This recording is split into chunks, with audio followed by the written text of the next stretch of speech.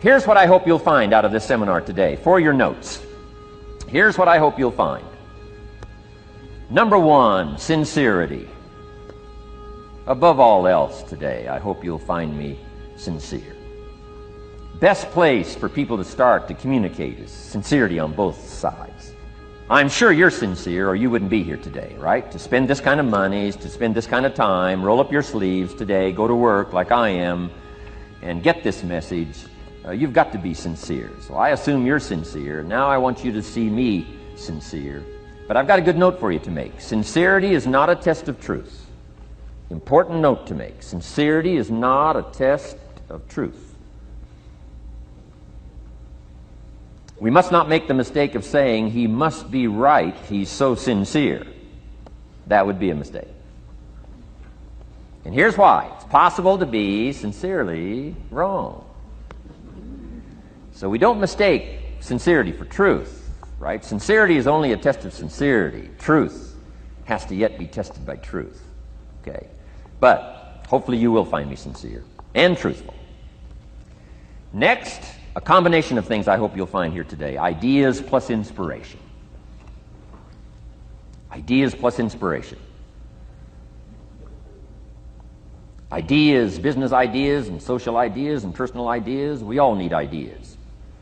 Right? How to have a good day ideas, how to have a good year ideas, how to have your best year ever ideas, good health ideas, personal relationship ideas, how to deal with your family ideas, sales management ideas, financial freedom for the future ideas. We all need good ideas. So today I hope you gather up by notes and by what you can remember a lot of ideas. I want to share as many with you as I possibly can in the time constraints we have. Today's going to go very rapidly. I used to think a day like this was a long day. Found out it's a pretty short day. But I'm going to go as fast as I can, share with you as many ideas as I possibly can. And here's why. Ideas can be life-changing. Ideas can be life-changing. And sometimes all you need is just one more in a series of good ideas. It's like dialing the numbers into the lock. Right? You got 5 or 6 numbers dialed into the lock. The lock still won't come open, but you don't need 5 or 6 more numbers. Maybe you just need one more, and maybe a seminar like this could do it. A sermon could do it. The lyrics from a song could do it. The dialogue from a movie could do it. Conversation with a friend might do it. That one last piece you need, number. Dial it into the lock, that's it. The lock comes open, there's the door for you to walk through. And maybe this seminar today could furnish that for you. One more idea. I know you've come with a lot already. Sometimes we get the impression, I used to have that I only had this much going for me and I needed this much. Usually not true. And I'm sure not true of this audience where I find you today, as well dressed as you look today. You know, as fine as you are sitting here today, it isn't that, you've got this much going for you and you need this much. I would assume you've got this much going for you and maybe all you need is just a few more thoughts, ideas, to furnish you some ways and means to turn your life into the dream you want it to be. So, ideas. The seminar is going to be loaded with ideas. I want you to take good notes. But here's what else I hope you'll find here today, and that is inspiration. And who knows the mystery of inspiration? Why some people are inspired and some are not? You were inspired to get here. Some were not. Who knows the mystery of that? I don't know. How come you made it? The rest of them didn't make it. We don't know what that mystery is. Some people turned it down. Some people said it cost too much. Some people said it's going to take too much time. Some people are too busy. Right? A lot of different excuses why some are inspired to take advantage of something that comes to town. Others pass it up. We don't know the mystery to that. Here's what I call it. Mysteries of the mind. And I just leave it at that. Some things I don't try to figure out. I take the simple approach now. Right? Some people do and some people don't. I mean, that's about as profound as my philosophy is. Some buy and some don't buy. Some go for it and some don't. Some change and some don't. And if you've been around for a while, you can usually work out the numbers, right? Out of 10, 3 do, 7 don't. Whatever business you're involved in, pretty soon you got this ratio going. The ones that do, the ones that don't. You say, well, why don't the ones that don't, how come they don't? We don't know. I just leave it as a mystery. I used to try to understand all that. I just take the simple approach now. The guy says, this happens to me, this happens to me, this goes wrong for me, and all this stuff goes wrong for me. How come all this stuff happens to me? I say, I don't know, beats me. The best I've been able to figure out is those kind of things always happen to people like you. I mean, right? That's the best I got. I don't know. I'm an amateur on this stuff. What do I know? So just take the simple approach, right? That's how it is. Who knows? Interesting story says the day the Christian church was started. Now, I'm an amateur on the Bible, but best account I can remember, the day the Christian church was started, a magnificent sermon was preached. Great presentation. And if you're a student at all of good communication, it was one of the classic presentations of all times. The sermon, the first day the Christian church was started. And it said this sermon, this presentation was given to a multitude, meaning a lot of people. But it was interesting, as the account gives us, the record, it says, when the sermon was finished, there was a variety of reaction to the same sermon. Isn't that fascinating? I find it fascinating. It said some that heard this presentation were perplexed. And I read the presentation, sounded pretty straightforward to me. Said, why would somebody be perplexed with a good, sincere, straightforward presentation? Best answer I've got. They are the perplexed. I mean, what other explanation is there? It doesn't matter who's preaching.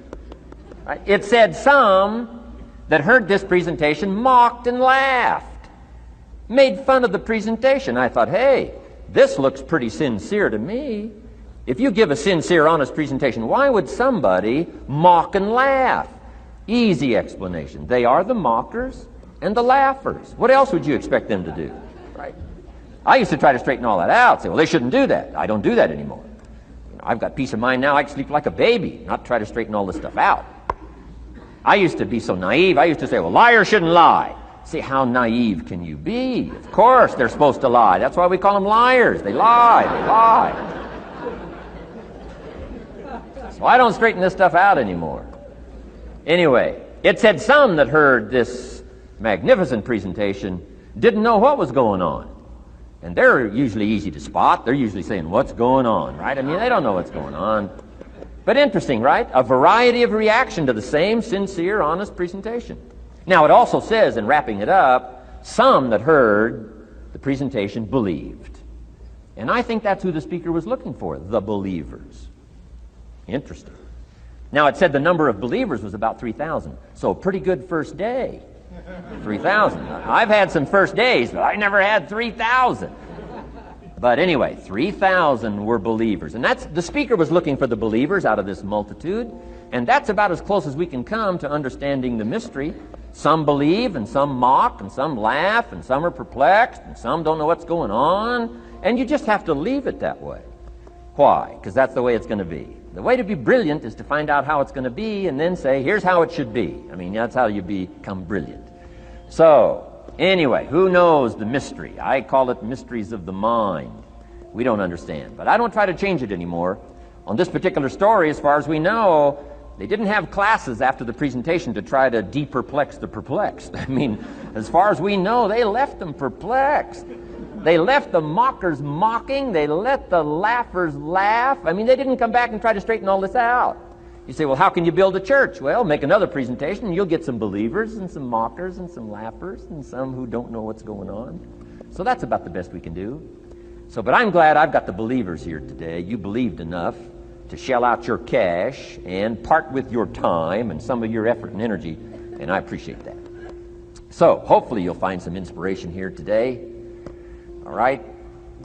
To get the most out of today, a couple more notes. Number one, be thankful. That's a good way to capture the most of a day like this. Be thankful for what you already have. That shouldn't be any problem in America, being thankful. Everything we need is available in America. Everybody wants to come here, right? The last time I was here, that little presentation I gave, everybody wants to come here, America. People haven't plotted and schemed the last 40 years saying if I could just get to Poland, everything would be okay. No, everybody wants to come to America. Why? Everything's available here. All the books you need, all the sermons you need, all the churches you need, all the schools you need, all the instruction you need, all the inspiration you need, all the capital you need, all the markets you need, all the challenge you need, all the information you need, all the seminars you need. Everything's available here. This is America. So number one, Let's be thankful for what we already have. Thanksgiving does this. Opens up the doors, opens up the windows, opens up the channels. Thanksgiving for what you already have. I did a seminar one weekend up at the ranch, up at Clear Lake. Got a lodge up there. Nice setting, high valley, high serenity ranch. For the weekend, Friday evening, Saturday, Sunday. People drove in from around California. I got there late Friday afternoon. Everybody had pretty well already gotten there. I couldn't believe the parking lot. Continentals and Eldorados and Mercedes and Cadillacs and unbelievable. Ferrari, one Rolls Royce, unbelievable. I walked in, good-looking crowd about like this, sitting there ready for the weekend seminar. My opening remarks were, ladies and gentlemen, I think the rest of the world would find it strange that we have all come here this weekend to try to figure out how to do better. Right? I think the rest of the world would say, I don't understand. Guy in his Rolls Royce, and I got to get to the seminar, find out how to get another one of these Rolls Royces. Unbelievable. Anyway, let's be thankful. Here's what locks up the doors and the channels to receive more: cynicism. That locks you away. That prevents you from learning more. Being a cynic about the past and the future, a cynic about the marketplace, cynical about the people, cynical about the institutions, cynical about the setup, cynical about yourself, cynical about your chances. See, that locks away all the chance for stuff to flow your way. So, good advice, I think, today. Start off, be thankful. Here's number 2, listen well. And that's going to be a challenge today. I understand that. It seems like most of, our life is still going on outside these 4 walls, right? Most of our life seems like it's all, continuing out there. Family and business and associates and market and economy and whatever else is happening in the midst of your life. And to sort of, pull your attention from what's going on out there and put it in here for just a few hours, I know is a challenge. But do the best you can, listen well. And here's the last one: take good notes. Be a good student today. Take some good notes. I've not come to entertain you. As you can tell by my opening joke, right? I would not make it in Las Vegas. So we don't have a dog and pony show today, no entertainment. But I do have some ideas. Take some good notes. Somebody showed me the other day notes that they took about 21 years ago, attending one of my seminars out in Los Angeles. He said, I still use these notes I took 21 years ago to help me in my business, relationship with my family. So I'd like to have these notes that you take today become that valuable for you. Then it would be worth me making the investment to come and spend a portion of my life, my time, my energy here. And I want this investment I'm making here today to pay off. And one of the ways it can pay off for me is for you to take good notes and then go away and use whatever makes sense. Because what I feast on coming back around is the stories out of this audience today. Sure enough, 6 weeks from now, 6 months from now, 6 years from now, somebody's going to, by phone, by letter, by personal contact, walk up to me and say, the things you shared that day got me thinking. And I started making some changes, and let me tell you what's happened to my business, let me tell you what's happened to my sales career, let me tell you what's happened to my relationship with my family. See, that'll make it worth it for me. Not the money, the return. Something you can't buy with money. If somebody says, thank you for touching my life and taking the time to make the investment. And that's what I'm all about. So if you'll become a good student today. And here's the last note. Don't be a follower, be a student. You'll be happy to know today we haven't come seeking disciples. We've got no movement for you to join. I'm just here to share some of my experiences, good ideas best I can. But I think that's good advice. Don't be a follower, be a student, right? Take advice but not orders. Take information, but don't let somebody, order your life. Make sure what you do is the product of your own conclusion. Excellent note to make. Make sure what you do is the product of your own conclusion. Not to do what someone else says. Take what someone else says, process it, think about it, ponder it. If it makes you wonder, if it makes you think, then it's valuable. Then when you go take action, make sure that the action is not what somebody told you to do. Make sure the action is the product of your own conclusion. If you'll follow just a little bit of those simple guidelines and telling you, the learning process can be speedy, swift, powerful. Your learning curve can go up, and then applying it to your business, your life, your family, conversations, equities of all kinds. You'll find some progress like I did that first 5 years when I met a teacher willing to share with me, turn my life around. Progress I couldn't believe happened for me. Okay, let's get started. I want to review, I was here last time and we talked about the 5 major pieces to the life puzzle.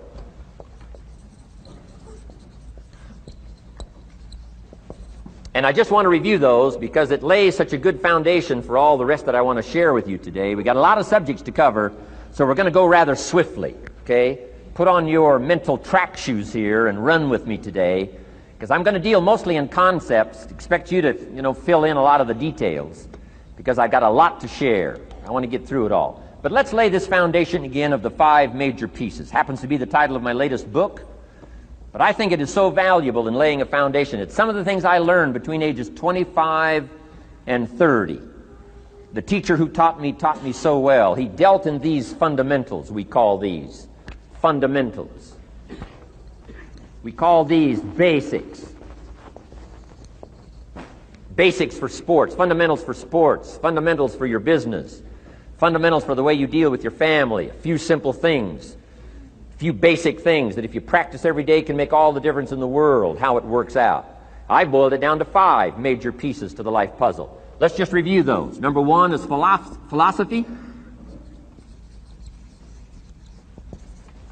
Philosophy, as I taught the last time I was here, philosophy, in my personal opinion, is the major determining factor in how your life works out. Philosophy, the major determining factor in how your life works out. Philosophy. To form our philosophy, you got to think. You got to use your mind. You got to process ideas. And this whole process over a lifetime, starting way back here when we were children, schools that we've attended, our parents, our experiences, all this stuff that we've processed by the thinking process helps to develop our philosophy. And in my opinion, each person's personal philosophy is the major factor in how your life works out. Here's what I called it in that last presentation when I was here. It's called the set of the sail. Each person's personal philosophy is like the set of the sail. Now, I used to think it was circumstances that ordered my life. If someone would have asked me at age 25, Mr. Rohn, how come you're not doing well? Pennies in your pocket, creditors calling, nothing in the bank, behind on your promises to your family, you live in America, 25 years old, got a beautiful family, every reason to do well, and things are not going that well for you. What is wrong here? It would not have occurred to me to blame my philosophy. I mean, it would not have occurred to me. Saying, well, I got this lousy philosophy, and that's how come I got pennies in my pocket and nothing in the bank, and things aren't working well. That would not have occurred to me. I found it much easier to blame the government. Much easier to blame the tax problem. I used to say taxes are too high. Top tax rate when I first started paying taxes, 91%. Back then, when your income reached a certain level, all your income over that, 91%. So I used to say that's too high. Now the top tax rate's about 33%. But people are still saying what? Taxes are too. See, but you can't use that anymore. If it's gone from 91 to 33, how could it be too high? Come on. I threw all that old excuse stuff away. Some people found it, though, and they're using it these days. My old list. I used to blame the traffic, the weather, used to blame circumstances, right? People say I'm too tall, I'm too short, I'm too old. I was raised in obscurity, raised on a farm, parents of modest means, all the stuff. If you were to ask me, how come you find yourself here, Mr. Rohn, age 25, living in America, land of abundance and opportunity, pennies, zero in the bank, not doing well, creditors calling, it would not have occurred to me to blame my philosophy. I found it easier to blame the company policy. I used to say, if this is all they pay, how do they expect you to do well? So I figured that, my future was going to be tied to what everybody else was arranging, the economy and, right, interest rates. I used to say things cost too much. That was my whole explanation, not my philosophy. until my teacher taught me better that this is where the problem was, my own personal philosophy. Here's what's exciting about each person's personal philosophy. That's what makes us different than dogs and animals and birds and cats and spiders and alligators. That's what makes us different than all other life forms. The ability to think, the ability to use your mind, the ability to process ideas, and not just operate by instinct. In the winter, I'm telling you, the goose can only fly south. What if south doesn't look too good? Tough luck. It can only fly south. But see, human beings are not like a goose, can only fly south. I mean, you can turn around, go north, you can go east, you can go west, you can order the entire process of your own life. And we do that by the way we think. We do that by exercising our mind. We do that by processing ideas and come up with a better philosophy, a better strategy for our life, goals for the future, okay? Plans to achieve those goals. All this comes from developing our philosophy. Philosophy helps us to process what's available. Well, when we get here, we got seed, and we got soil, and we got some rain, and we've got some what? Sunshine, and we've got some seasons, and what? The miracle of life. Now, the key is, what do you do with all this stuff? How do you turn all this stuff that's available here into equity and promise and lifestyle and dreams and future possibilities? All of this that's possible now with human beings, how do you take all this stuff and turn it into this equities and values? Well, it starts with philosophy. What is the seed? What is the soil? What is the sunshine? What is the rain? Is it possible to take some of each of all the stuff that's available and turn it into food and turn it into value and turn it into nourishment and turn it into something spectacular and unique that no other life form can do? And the answer is yes. But you cannot deal with all this stuff and what to do with it unless you start refining your philosophy. Think, use your mind, come up with ideas, and strengthen your philosophy. So the seed and the soil and the rain and the sunshine, this is called, the economy and the banks and the money and the schools and everything that's available out there, processing information, what to do with all that, and turn it into equity and value. That is the major challenge of life, my personal opinion. So each person's personal philosophy now is going to determine what you're going to do with seed and soil and sunshine and rain and miracle, the change of seasons. That's it. My personal opinion. Each person's personal philosophy is like the set of the sail. That's what this seminar is for today. Help you to trim a better sail. You don't need a better economy.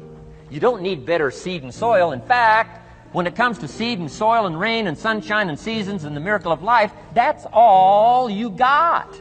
Now, what if you blame this stuff? Then you're blaming all you got. If you blame the economy, and you blame the schools, and you blame the teachers, and you blame the sermons and the preachers, and you blame, the marketplace, and you blame the company and company policy, what else is there? When some people get through with their blame list, there isn't nothing else. That's all there is. And if you blame the only thing you've got to work with, I'm telling you, it's called mistake colossal.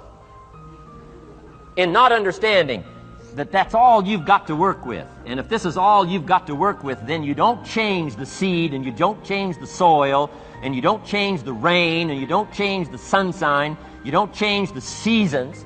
Right? Guy says, I'll take 3 springs, 4 summers, 9 falls, no winters. No, you can't fool with this stuff. You got to take it like it comes. Then what do you change to make your life work well? You got to start with your philosophy. Guess what I had to do at age 25 in order to change my own future? I had to change my mind. I had to change my thinking. I had to change my philosophy. I was messed up on what was causing my problem. And once I got that straightened out, that all the stuff I blamed, the government and taxes and the marketplace and the economy and things cost too much, negative relatives, cynical neighbors, once I got rid of that and started going for where the real problem was, which was me, I'm telling you, my life exploded into change. My bank account changed immediately. My income changed immediately. My whole life took on a whole new look and color immediately. And the early results I got from making these philosophical changes tasted so good, I've never stopped the process from that day until this. And I'm telling you, with a little consideration of the refinement of your sail, by setting a better sail, refining your philosophy, your whole life can start to change from today on. You don't have to wait till tomorrow. You don't have to wait till next month. You don't have to wait till spring. You don't have to wait till 93. You can start this whole process immediately. I recommend it. Now, some people do so little thinking, they don't even have their sail up. I mean, you can imagine where they're going to wind up at the end of this week, at the end of this month, at the end of this year. Now's the chance to change, process all this information. So number one is philosophy. Okay. And we dealt with all that, where we get ideas from personal experience, from other people's experiences. I don't want to get into all those details because we covered that the last time I was here. But philosophy, that's number one, my personal opinion. Each person's personal philosophy. Here's the definition of success and failure. Just make this note. Here's failure. A few errors in judgment, repeated every day.